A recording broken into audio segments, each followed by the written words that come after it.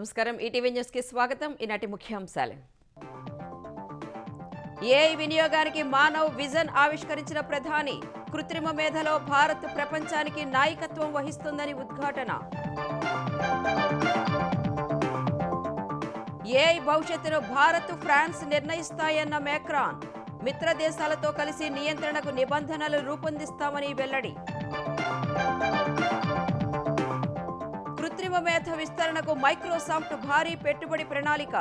ఢిల్లీ సదస్సులో ప్రకటన. 7 ఏళ్లలో 10 లక్షల కోట్లు పెడతామన్న రిలయన్స్. వైసీపీని నయా నాజీలతో పోల్చిన పయ్యావుల. విస్తృత దోపిడీ చేసిందని ఆరోపణ. మైనింగ్ ఎక్సైజ్ ఆదాయం పెంచామని వ్యాఖ్య. హెరిటేజ్ పై నిరాధారమైన కథనాలు తొలగించాలన్న ఢిల్లీ హైకోర్టు. తక్షణమే చర్యలు చేపట్టాలని సాక్షి మీడియాకు విస్పష్ట ఆదేశాలు.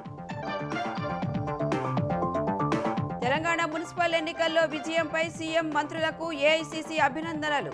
భవిష్యత్ కార్యాచరణపై నేతలకు దిశానిర్దేశం. జీహెచ్ఎంసీ విభజనను సవాలు చేస్తూ హైకోర్టులో పిటిషన్. 3 వారాల్లో కౌంటర్ వేయాలని కేంద్ర రాష్ట్ర ప్రభుత్వాలకు నోటీసులు. ఉచిత పథకాలపై మరోసారి అసంతృప్తి వ్యక్తం చేసిన సుప్రీంకోర్టు.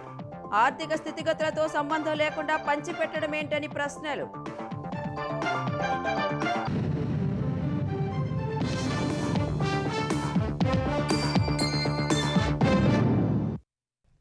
మానవీయ కోణం, సార్వభౌమాధికారం, సమగ్రతకు ప్రాధాన్యతనిస్తూ కృత్రిమ మేధను ఉపయోగించుకోవాలని ప్రధాని నరేంద్ర మోదీ పిలుపునిచ్చారు. ఇందుకోసం ఆయన మానవ్ అనే విస్తృత అర్థం వచ్చే విజన్ను ప్రకటించారు.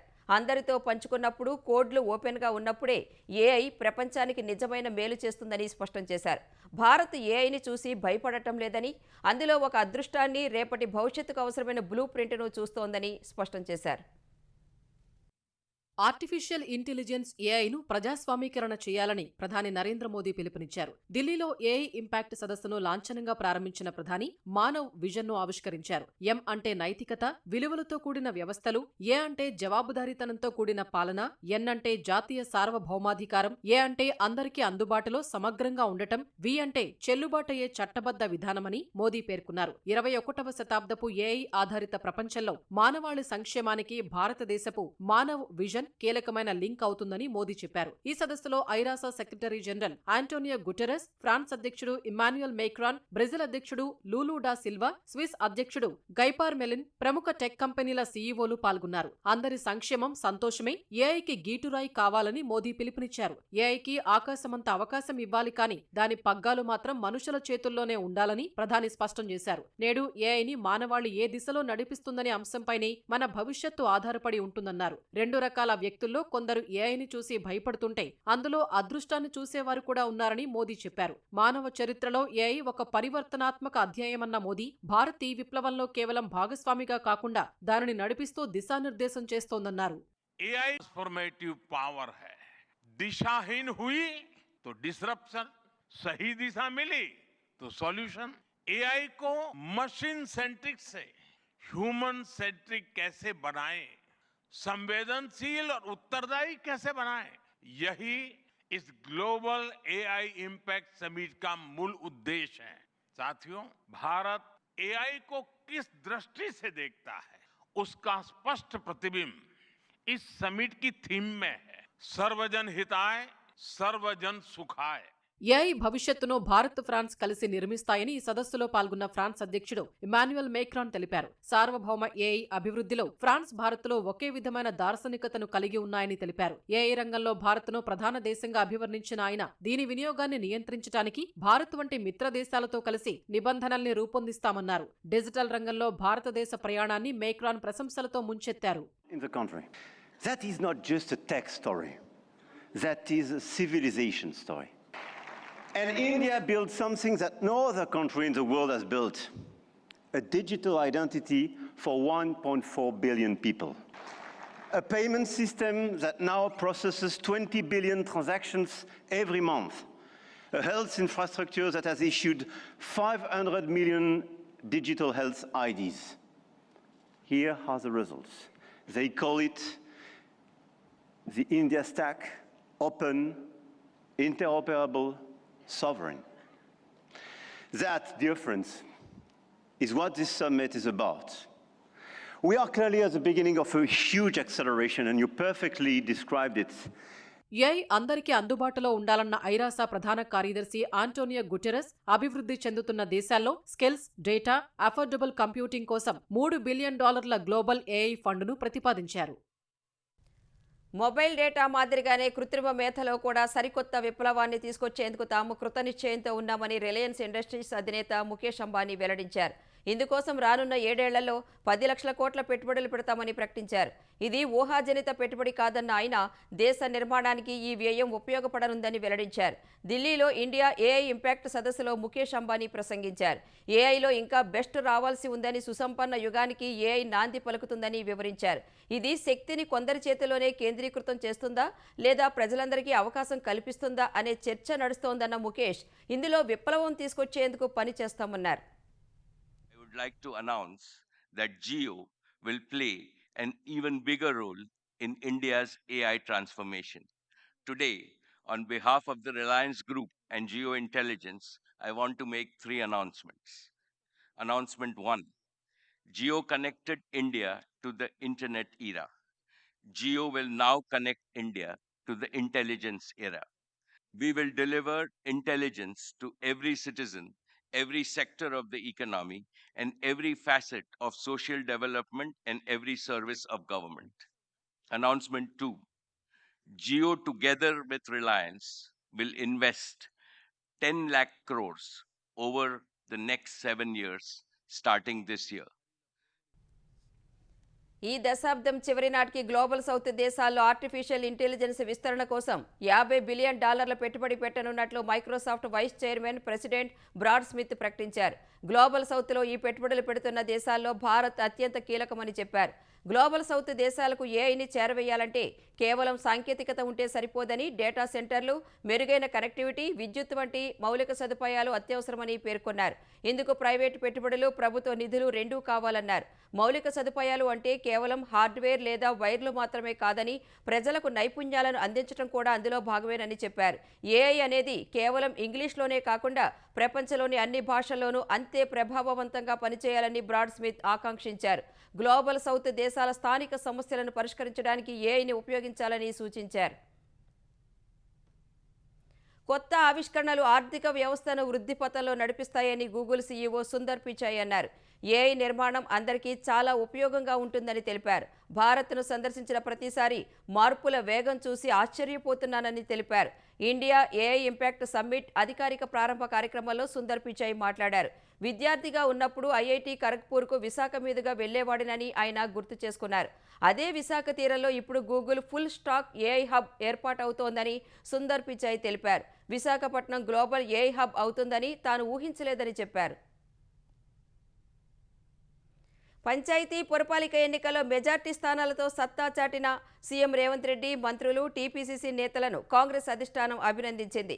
తాజా రాజకీయ పరిణామాలు, పార్టీ పరంగా తదుపరి చేపట్టాల్సిన అంశాలపై ఏఐసీసీ అధ్యక్షుడు మల్లికార్జున ఖర్గే, కాంగ్రెస్ అగ్రనేత రాహుల్ గాంధీ దిశానిర్దేశం చేశారు.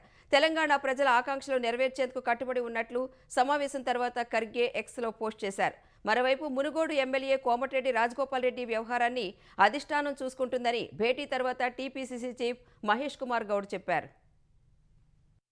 ఢిల్లీ పర్యటనకు వెళ్లిన ముఖ్యమంత్రి రేవంత్ రెడ్డి, మంత్రులు, పార్టీ అధినాయకత్వంతో 2 గంటలకు పైగా చర్చలు జరిపారు. ఏఐసీసీ అధ్యక్షుడు మల్లికార్జున ఖర్గే నివాసంలో నిర్వహించిన ఈ సమావేశంలో కాంగ్రెస్ అగ్రనేత రాహుల్ గాంధీ, ఏఐసీసీ సంస్థాగత ప్రధాన కార్యదర్శి కేసీ వేణుగోపాల్, సీఎం రేవంత్ రెడ్డి, మంత్రులు, టీపీసీసీ అధ్యక్షుడు మహేష్ కుమార్ గౌడ్, కాంగ్రెస్ తెలంగాణ వ్యవహారాల ఇన్ఛార్జ్ మీనాక్షి నటరాజన్ పాల్గొన్నారు. ఈ భేటీలో తెలంగాణలో తాజా రాజకీయ పరిణామాలపై సమీక్షించారు. పంచాయతీ, మున్సిపల్ ఎన్నికల్లో పార్టీ సాధించిన విజయం, సీఎం, ఆయన మంత్రివర్గం ఐక్యంగా సాధించిన ఘనతగా రాహుల్ గాంధీ ప్రశంసించినట్లు పార్టీ వర్గాలు తెలిపాయి. సమావేశం అనంతరం కోర్ కమిటీ సభ్యులైన సీఎం రేవంత్ రెడ్డి, మీనాక్షి నటరాజన్, మహేష్ కుమార్ గౌడ్, భట్టి విక్రమార్క, ఉత్తమ్ కుమార్ రెడ్డి, ఖర్గే, రాహుల్ గాంధీలతో ప్రత్యేకంగా సమావేశమయ్యారు. ఒక్కొక్కరు 10 నిమిషాల పాటు ప్రత్యేకంగా సమావేశమై అంతర్గతంగా చెప్పాల్సిన అంశాల్ని వివరించారు. తెలంగాణ మంత్రులు, నాయకులతో సమగ్రంగా సమీక్ష చేసినట్లు భేటీ తర్వాత ఖర్గే ఎక్స్లో పోస్ట్ చేశారు. ప్రజల తెలంగాణలో సామాజిక సంక్షేమం, ఆర్థిక సాధికారత, అందరికీ న్యాయం చేయడానికి కట్టుబడి ఉన్నట్లు పేర్కొన్నారు. ప్రజలకు ఇచ్చిన హామీలను అమలు చేస్తున్నామని, వారి ఆకాంక్షలు నెరవేర్చేందుకు కట్టుబడి ఉన్నట్లు వివరించారు. మొన్న వచ్చిన రిజల్ట్స్ పట్ల వారు సంతృప్తి వ్యక్తం చేసినారు. ప్రభుత్వ పరంగా, పార్టీ పరంగా జరుగుతున్నటువంటి అన్ని అంశాల మీద వారు కూలంకషంగా చర్చ చేశారు. భవిష్యత్తులో తీసుకోవాల్సినటువంటి చర్యల గురించి కూడా వారు సూచనలు చేశారు. 6 గ్యారంటీలో మెజారిటీ అంశాలు ప్రజలకు అందుతా ఉన్నాయి. ఇంకా దాదాపు 3 సంవత్సరాలు మాకు సమయం ఉంది. ఇవన్నీ ఇస్తాం. 3 సంవత్సరాల తర్వాత శబాషి అనిపించుకుని మళ్లీ అధికారంలోకి మేమే వస్తాం. ముఖ్యమంత్రి, మంత్రులు పదే పదే ఢిల్లీ పర్యటనకు వెళుతున్నారన్న విపక్షాల విమర్శల్ని మహేష్ కుమార్ గౌడ్ తప్పుపట్టారు. మేము అధిష్టానం మోకర్లు వెళ్తున్నాం చెప్పుకునే వారికి చెప్పాల్సింది, బీజేపీ పార్టీ అధిష్టానం ఎక్కడుంటుంది? కాంగ్రెస్ పార్టీ, బీజేపీ పార్టీలు జాతీయ పార్టీలు. జాతీయ దృక్పథం పనిచేస్తాం. మతం పేరిట, ప్రాంతం పేరిట రెచ్చగొట్టే మాటలు మానుకుంటే మంచిదనే మాట మాత్రం చెప్పగలుగుతాం. జీహెచ్ఎంసీని విభజిస్తూ తెలంగాణ ప్రభుత్వం తెచ్చిన జీవోను సవాలు చేస్తూ దాఖలైన పిటిషన్పై విచారణ జరిపిన హైకోర్టు కౌంటర్ దాఖలు చేయాలని కేంద్రం సహా తెలంగాణ ప్రభుత్వాన్ని ఆదేశించింది. జీహెచ్ఎంసీ విభజనను సవాలు చేస్తూ దాఖలైన పిటిషన్పై ఇవాళ హైకోర్టులో విచారణ జరిగింది. ఈ విచారణలో జీహెచ్ఎంసీని విభజిస్తూ ఈ నెల 11న తెలంగాణ ప్రభుత్వం ఉత్తర్వులు ఇచ్చిందని, ఇది జనగణన కోసం కేంద్రం జారీ చేసిన సర్క్యులర్కు విరుద్ధమని పిటిషనర్ వివరించారు. 2027 జనగణనలో భాగంగా ఈ ఏడాది జనవరి 1 తర్వాత భౌగోళిక స్వరూపంలో ఎలాంటి మార్పులు చేయవద్దని అన్ని రాష్ట్రాలకు కేంద్రం సూచించిందన్నారు. కొత్త జిల్లాల ఏర్పాటుకు నిర్ణయాలు చేయవద్దని కేంద్రం 2025 ఆగస్టు 18నే సర్క్యులర్ ఇచ్చినట్టు పిటిషనర్ హైకోర్టుకు తెలిపారు. తెలంగాణ ప్రభుత్వం మాత్రం జీహెచ్ఎంసీని 3 కార్పొరేషన్లుగా విభజిస్తూ ఈ నెల 11న ఉత్తర్వులు ఇచ్చినట్లు వివరించారు. ఈ కారణంగా భవిష్యత్తులో సమస్యలు వస్తాయని వివరించారు. ఈ వాదనలు నమోదు చేసిన కోర్టు 3 వారాల్లో కౌంటర్ దాఖలు చేయాలని కేంద్ర రాష్ట్ర ప్రభుత్వాలను ఆదేశించింది. తదుపరి విచారణ వాయిదా వేసింది. వైసీపీ ప్రభుత్వంతో పోల్చుకుంటే మైనింగ్ శాఖలో 33%, ఎక్సైజ్ శాఖలో 24% ఆదాయం పెరిగిందని ఆంధ్రప్రదేశ్ ఆర్థిక మంత్రి పయ్యావుల కేశవ్ చెప్పారు. గత ప్రభుత్వంలో గనులు, ఎక్సైజ్ ఆదాయం తాడేపల్లి ప్యాలెస్కు వెళ్లిందని ఆరోపించారు. 2026-27 ఆర్థిక సంవత్సరానికి ప్రవేశపెట్టిన బడ్జెట్పై అసెంబ్లీలో జరిగిన చర్చకు మంత్రి సమాధానమిచ్చారు. అధిక వడ్డీలకు తెచ్చిన రుణాలపై వడ్డీ తగ్గించేలా సంప్రదింపులు జరుపుతున్నట్లు వివరించారు. సుమారు 2,000 కోట్ల మేర వడ్డీలు తగ్గించేలా చర్యలు తీసుకుంటున్నామని చెప్పారు. వైసీపీని నయా నాజీలతో పోల్చిన కేశవ్ ఆ పార్టీ ఏపీకి హానికరమని ప్రతిరోజు ప్రజలకు చెప్పాల్సిందేనన్నారు. సిగరెట్ తాగడం హానికరం అని ఎట్లా చెప్తారు? వైసీపీ రాష్ట్రానికి హానికరమని గతంలో చెప్పాను అధ్యక్ష. ఇప్పుడు మళ్ళీ చెప్తున్నా అధ్యక్ష, వైసీపీ నెవర్ అగైన్ అనేటువంటిది కూడా చెప్పాలి అధ్యక్ష. ప్రతిరోజు ప్రతి ఒక్కరూ చెప్తూనే ఉండాలి అధ్యక్ష. ఈ తెలుగు జాతి ఎన్ని రకాలైనటువంటి కష్టాలు పడింది. మన భవిష్యత్తు, మన పిల్లల భవిష్యత్తుని ఏ రకంగా దుర్మార్గంగా పనిచేశారు. ఈ దుర్మార్గాలని ఈ తెలుగు జాతి ఉన్నంత కాలం చెప్తూనే ఉండాలి. వైసీపీ నెవర్ అగైన్ అనేటువంటిది మన నినాదం కావాలి అధ్యక్ష. కూటమి వన్స్ అగైన్ అనేటువంటిది కూడా మనం అందరం కూడా ముందుకు తీసుకెళ్లాలి అనేటువంటిది సందర్భంగా గుర్తు చేస్తా ఉన్న అధ్యక్ష. కర్నూలు పార్లమెంటు చుట్టుపక్కల ఎక్కువ పెట్టుబడులు వస్తున్నాయని ఆంధ్రప్రదేశ్ ఐటీ శాఖ మంత్రి లోకేష్ వెల్లడించారు. తాము ఏ కార్యక్రమం చేసినా క్లస్టర్ బేస్డ్ అప్రోచ్ తీసుకుంటున్నామని వివరించారు. కర్నూలు క్లస్టర్ విశ్వవిద్యాలయంపై గౌరు చరితారెడ్డి అడిగిన ప్రశ్నకు సమాధానమిచ్చిన మంత్రి క్లస్టర్ విశ్వవిద్యాలయానికి 139 కోట్లు మంజూరు చేశామన్నారు. రూసా కింద 55 కోట్లు ఖర్చు చేశామని వివరించారు. క్లస్టర్ యూనివర్సిటీలో ఫోకస్ సబ్జెక్టులపైన ప్రత్యేక శ్రద్ధ తీసుకుంటున్నామన్నారు. బ్యాలెన్స్ పనులకు వచ్చే విద్యా సంవత్సరంలో నిధులు మంజూరు చేస్తామని తెలిపారు. ప్రభుత్వ ఆలోచన ఒకటే అధ్యక్ష, ఒక ఎకో సిస్టమ్ క్రియేట్ చేయాలి. ప్రత్యేకంగా కర్నూలు పార్లమెంట్కి వచ్చేగల ఈరోజు పెద్ద ఎత్తున పెట్టుబడులు కానీ అన్నీ కూడా వస్తూ జరుగుతున్నాయి. ఆ ప్రాంతంలో కూడా పెద్ద ఎత్తున పరిశ్రమలు వస్తున్నాయి, అక్రాస్ సెక్టర్స్ వస్తున్నాయి. కనుక ఫోకస్ అప్రోచ్ తీసుకుని ఈ క్లస్టర్ యూనివర్సిటీ కూడా వేరే సబ్జెక్ట్స్ ఇస్తూ కూడా స్పెషలైజేషన్ అనేది చాలా చాలా అవసరం ఉంది అధ్యక్ష. అందుకే అది మేము ఫోకస్ చేస్తాం జరుగుతుంది అధ్యక్ష. ఇంతేకాకుండా బ్యాలెన్స్ పనులు పూర్తి చేసేదానికి 74.5 కోట్ల రూపాయలు అవసరం ఉంది అధ్యక్ష. అది వచ్చే అకాడమిక్ ఇయర్లో శాంక్షన్ చేసి పనులు కూడా పూర్తి చేస్తానని గౌరవ సభ్యురాలకి తెలియజేస్తాం జరుగుతుంది. ఢిల్లీ హైకోర్టులో సాక్షి పత్రికకు ఎదురుదెబ్బ తగిలింది. హెరిటేజ్ ఫుడ్స్ పై పరువు నష్టం కలిగించే కంటెంట్ను వెంటనే తొలగించాలని ఢిల్లీ హైకోర్టు ఆదేశించింది. సాక్షి మీడియా సంస్థలో కల్తీ నెయ్యి పేరుతో తమ పరువుకు నష్టం కలిగిస్తున్నారంటూ హెరిటేజ్ ఫుడ్స్ లిమిటెడ్ దాఖలు చేసిన 100 కోట్ల రూపాయల పరువు నష్టం దావాపై న్యాయస్థానం విచారణ జరిపింది. హెరిటేజ్ సంస్థకు అనుకూలంగా మధ్యంతర ఉపశమనం కలిగిస్తూ ఆదేశాలు జారీ చేసింది. హెరిటేజ్ ఫుడ్స్ పరువుకు నష్టం కలిగించేలా ప్రసారం చేసిన వార్తా కథనాలను తీవ్రంగా పరిగణించింది. సాక్షి పత్రిక, సాక్షి టీవీ, వాటి అనుబంధ సంస్థలు, ఇతర సోషల్ మీడియా ఖాతాల్లో అలాంటి పరువు నష్టం కలిగించే వార్తలను ప్రచురించకుండా, పోస్ట్ లేదా అప్లోడ్ చేయకుండా ఆదేశాలను జారీ చేసింది. హెరిటేజ్ ఫుడ్స్కు వ్యతిరేకంగా ఉన్న అన్ని వివాదాస్పద కథనాలు, నివేదికలు, ఇంటర్వ్యూలు, చర్చలు, డిజిటల్ కంటెంట్ను 24 గంటల్లోగా తొలగించాలని ఆదేశించింది. పరువు నష్టం కలిగించే ఈ కంటెంట్ను తొలగించాలని మెటా, ఎక్స్ వంటి సామాజిక మాధ్యమాలు, ఇతర డిజిటల్ ప్లాట్ఫామ్లను కూడా ఆదేశించింది. ఆధారాలు లేని, నష్టం కలిగించే ఆరోపణలను జవాబుదారీతనం లేకుండా ప్రచారం చేయలేమని ఢిల్లీ హైకోర్టు స్పష్టం చేసింది. ఈ కేసు తుది తీర్పు వచ్చే వరకు హెరిటేజ్ సంస్థ ప్రతిష్టకు తక్షణ రక్షణ కల్పిస్తున్నట్లు మధ్యంతర ఉత్తర్వుల్లో పేర్కొంది. సాక్షి యాజమాన్యానికి నోటీసులు జారీ చేసి తదుపరి విచారణను వాయిదా వేసింది. ఇందాపూర్ డైరీ ద్వారా టీటీడీకి హెరిటేజ్ నెయ్యి సరఫరా సహా తిరుపతి లడ్డూ ప్రసాదం అంశంపై వరుసగా 3వ రోజు శాసన మండలి దద్దరిల్లింది. ఈ అంశాలపై సభలో చర్చించాలని ఈ రోజు కూడా వైసీపీ వాయిదా తీర్మానం ఇచ్చింది. ఈ తీర్మానాన్ని తిరస్కరించిన మండలి చైర్మన్ బడ్జెట్పై చర్చించేందుకు సభ్యులు సహకరించాలని కోరారు. అయితే మండలి చైర్మన్ విజ్ఞప్తిని పట్టించుకొని వైసీపీ ఎమ్మెల్సీలు వాయిదా తీర్మానాలపై చర్చించాల్సిందేనని సభలో ఆందోళనకు దిగారు. ప్లకార్డులు పట్టుకుని విజిల్స్ వేస్తూ పెద్ద ఎత్తున నినాదాలు చేశారు. సభలో వైసీపీ సభ్యుల తీరుపై వ్యవసాయ శాఖ మంత్రి అచ్చెన్నాయుడు మండిపడ్డారు. ఇందాపూర్ డైరీకి హెరిటేజ్కు ఎక్కడా ఏ సంబంధం లేదన్న మంత్రి ఈ విషయాన్ని పదే పదే చెప్పినా వైసీపీ సభ్యులు ఆందోళన చేయడం సరికాదన్నారు. హెరిటేజ్ సంస్థపై ప్రజల్లో ఉన్న నమ్మకాన్ని తగ్గించేందుకే వైసీపీ ఎమ్మెల్సీలు ఆందోళన చేస్తున్నారని ఆక్షేపించారు. ఇందాపూర్ డైరీకి హెరిటేజ్కు సంబంధం ఉందని ఆధారాలు ఉన్నాయని, దీనిపై చర్చించాలని శాసన మండలిలో విపక్ష నేత బొత్స సత్యనారాయణ డిమాండ్ చేశారు. వైసీపీ సభ్యుల ఆందోళన నేపథ్యంలో సభను రేపటికి వాయిదా వేస్తున్నట్లు మండలి చైర్మన్ ప్రకటించారు. కూటమి ప్రభుత్వ పాలనలో ఆంధ్రప్రదేశ్ రైతులకు అన్యాయం జరుగుతోందని వైసీపీ అధ్యక్షుడు జగన్ అన్నారు. 2026-27 ఆర్థిక సంవత్సరానికి కూటమి ప్రభుత్వం ప్రవేశపెట్టిన పద్దుపై జగన్ తీవ్ర విమర్శలు చేశారు. రైతులకు ఇచ్చిన హామీలను నిలబెట్టుకోవడంలో ప్రభుత్వం విఫలమైందన్నారు. ధరల స్థిరీకరణ పేరిట నిధులు కేటాయించినా తగిన రీతిలో ఖర్చు చేయలేదని ఆరోపించారు. చూపించే ఆధారాలు ఏదైతే స్క్రీన్ మీద చూపిస్తా ఉన్నారు, ఇప్పుడు నేను చూపించే ఆధారాలు కూడా ప్రతి ఒక్కరు ఒకసారి ఆధారాలు చూడమని చెప్తా ఉన్నా. అసలు ఈ ఆధారాలు చూసిన తర్వాత ప్రజల్నే నేను కోరుతా ఉన్నా, మీరే డిసైడ్ చేయండి. చంద్రబాబు నాయుడు గారు అనే వ్యక్తి ఎలాంటి వ్యక్తి? ఈ మనిషిని సిబిఐ అంతకన్నా పై స్థానంలో ఉన్న వాళ్ళు వచ్చి ఏమన్నా ఎంక్వైరీ చేసి ఏమన్నా ఈయనను జైలుకు పంపినా కూడా కనీసం ఈయన చేసిన తప్పుకు, అబద్ధాలకు, మోసానికి ప్రక్షాళన అనేది జరుగుతుందా అన్నది ప్రజలే ఆలోచన చేసుకోమని చెప్పి కోరుతా ఉన్నా. ఇందాపూర్ డైరీకి హెరిటేజ్కు ముడిపెడుతూ 3 గంటలకు పైగా మాట్లాడిన జగన్ కొండను తవ్వి ఎలుకను కూడా పట్టలేకపోయారని ఆంధ్రప్రదేశ్ హోంమంత్రి అనిత విమర్శించారు. హెరిటేజ్ సంస్థ అన్ని విషయాలు వెబ్సైట్లో పెడితే వాటిని పట్టుకుని ఏదో జరిగిపోతోందని చెప్పే ప్రయత్నం చేశారని మండిపడ్డారు.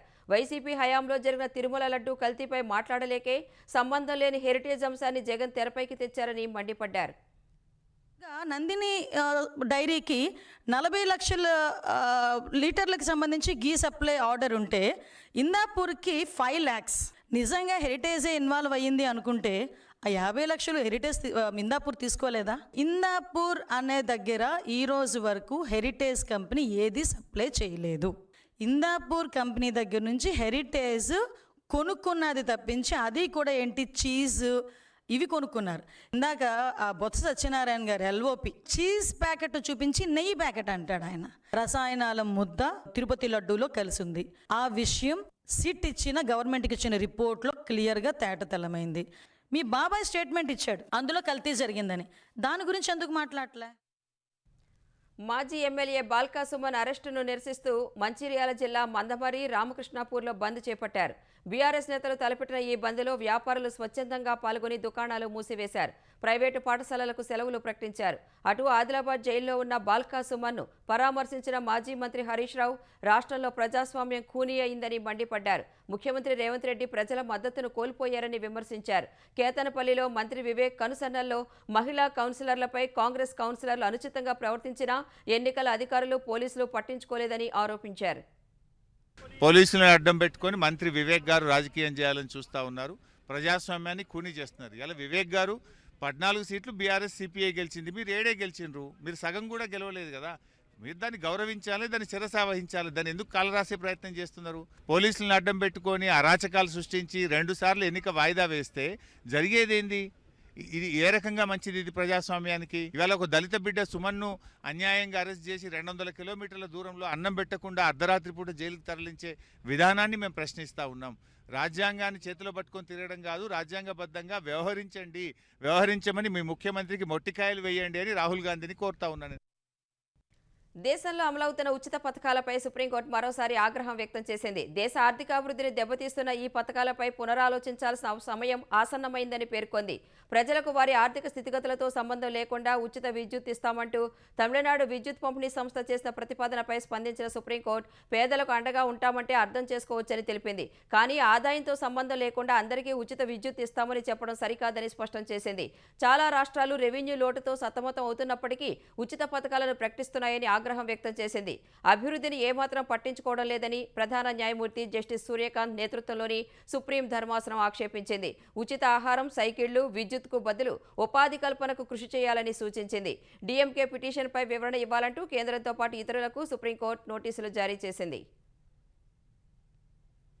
బ్రిటన్ మాజీ యువరాజు ఆండ్రూ మౌంట్ బాటెన్ విండ్సర్ను యూకే పోలీసులు అరెస్టు చేశారు. ప్రభుత్వ పదవిని దుర్వినియోగం చేశారనే ఆరోపణలపై ఆయన్ను అదుపులోకి తీసుకున్నారు. 2010లో శిక్ష పడిన లైంగిక నేరస్తుడు జెఫ్రీ ఎప్స్టీన్కు ఆండ్రూ కీలకమైన వాణిజ్య నివేదికలు పంపారనే ఆరోపణలపై పోలీసులు విచారణ చేస్తున్నారు. ఈ క్రమంలోనే ఆయన అరెస్టు చేసినట్లు తెలుస్తోంది. అయితే యూకే చట్టాల ప్రకారం అరెస్టు చేసిన వ్యక్తి పేరును పోలీసులు అధికారికంగా బయటపెట్టలేదు. ఆండ్రూను అరెస్టు చేశారని అడిగినప్పుడు 66 ఏళ్ల వయసున్న వ్యక్తిని అరెస్టు చేశామని పోలీసులు పరోక్షంగా ధృవీకరించారు. 66వ పుట్టినరోజునే ఆండ్రూను పోలీసులు అరెస్టు చేశారు. అమెరికా, ఇరాన్ మధ్య ఉద్రిక్తతలు తీవ్రమవుతున్న వేళ దేశీయ స్టాక్ మార్కెట్లు భారీ నష్టాలు చవిచూశాయి. గత 3 సెషన్లు లాభాల్లో పయనించిన సూచీలు ఇవాళ తీవ్రమైన అమ్మకాల ఒత్తిడిని ఎదుర్కొన్నాయి. అమెరికా, ఇరాన్ మధ్య యుద్ధ మేఘాలు కమ్ముకున్న వేళ అంతర్జాతీయ మార్కెట్లో ముడి చమురు ధరల పెరుగుదలను దృష్టిలో పెట్టుకుని దాదాపు అన్ని రంగాల సంస్థల వాటాల విక్రయానికి మదుపర్లు మొగ్గు చూపారు. ఫలితంగా సెన్సెక్స్ ఇవాళ 1236 పాయింట్ల పతనమైంది. ఉదయం 83,970 పాయింట్ల వద్ద బీఎస్సీ సూచీ ఉత్సాహంగా ప్రారంభమైంది. మొదట్లో 83,979 పాయింట్ల గరిష్ట స్థాయి నమోదు చేసింది. ఈ దశలో మదుపర్లు పెద్ద ఎత్తున లాభాల స్వీకరణకు మొగ్గు చూపగా 82,264 పాయింట్ల కనిష్ట స్థాయికి పడిపోయింది. చివరికి 82,498 పాయింట్ల వద్ద స్థిరపడింది. జాతీయ స్టాక్ ఎక్స్చేంజీ సూచీ నిఫ్టీ 365 పాయింట్లు తగ్గి 25,454 పాయింట్ల వద్ద ముగిసింది. నావికా దళాల మధ్య పరస్పర సామర్థ్యం, స్నేహాన్ని పెంపొందించుకోవడానికి మిలాన్ 2026 ఉపకరిస్తుందని రక్షణ శాఖ మంత్రి రాజ్నాథ్ సింగ్ చెప్పారు. విశాఖలో మిలాన్ 2026ను రాజ్నాథ్ ప్రారంభించారు. ఈ ఏడాది 74 దేశాల నావికా దళాలు మిలాన్ 2026లో పాల్గొంటున్నాయి. ఇది భారత్పై ప్రపంచ సముద్ర సమాజం ఉంచిన విశ్వాసానికి ప్రతిబింబమని రక్షణ మంత్రి తెలిపారు. మిలాన్ 2026లో 2 దశలు ఉండగా నేడు హార్బర్ ఫేజ్ నిర్వహించారు. రేపు సముద్రంలో మిలాన్ నిర్వహిస్తారు. మరోవైపు విశాఖ బీచ్ రోడ్లో జరిగిన ఇంటర్నేషనల్ సిటీ పరేడ్లో నేవీ ఆపరేషన్ డెమో నిర్వహించారు.